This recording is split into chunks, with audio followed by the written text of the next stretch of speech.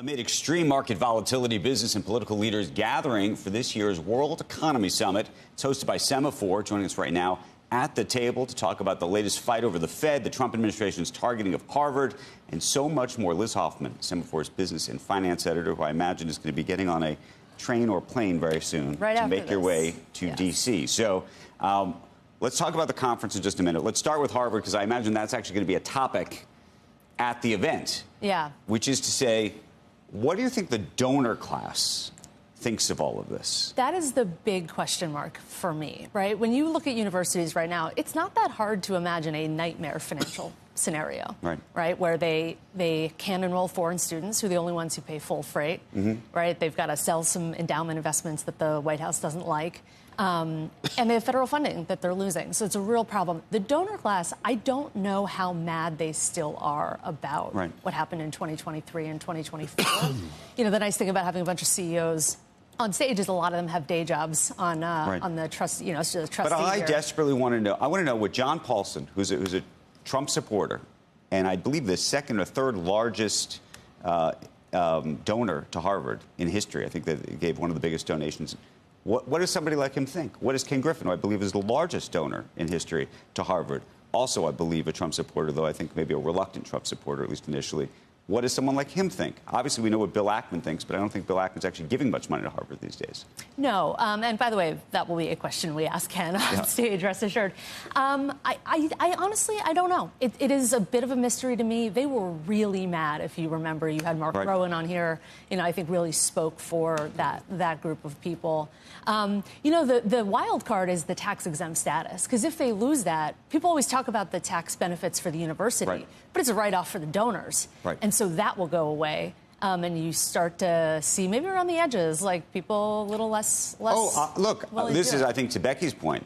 I think if you really decide you're going at this, you will eat away at some of the great institutions in America. Okay, but you've seen how, I mean, someone sent in a chart about, you go back 50 years, what taxpayer used to fund at universities, where it's up 30 times. It's up to $60 billion. It's like this. Everything else is like this. Look, if you just... This is where it's come. It's up here now. So hold on. And you look at inflation for how much they charge students, and then what causes the inflation? So if you said to me, if you said to me that the government and the taxpayers are deciding that we do not want to fund universities writ large, Joe. You could cut it in half. You could cut it in half. Right. Okay, no, let's say you decided that the government said, okay, we just want to get out of this business. We don't think we should be in the education business.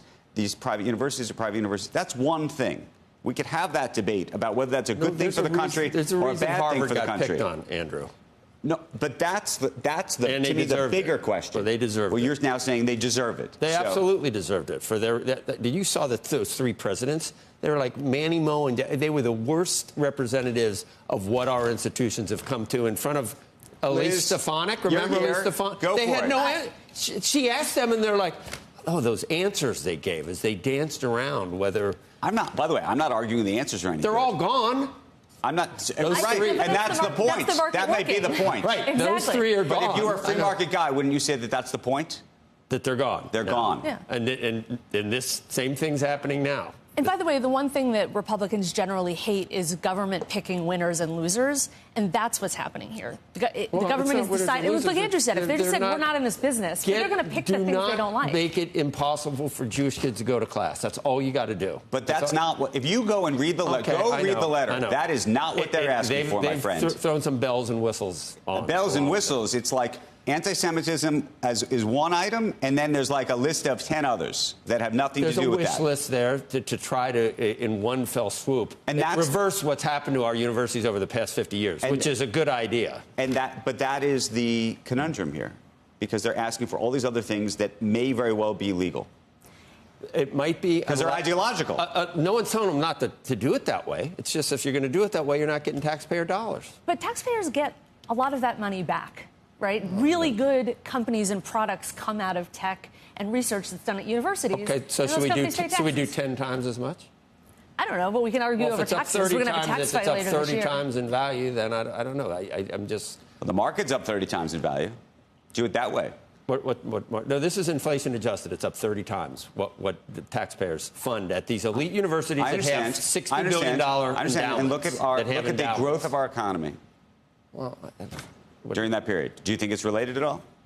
I don't know. Do you think universities if do a person anything? is raised with milk, are they more prone to use marijuana? I don't know.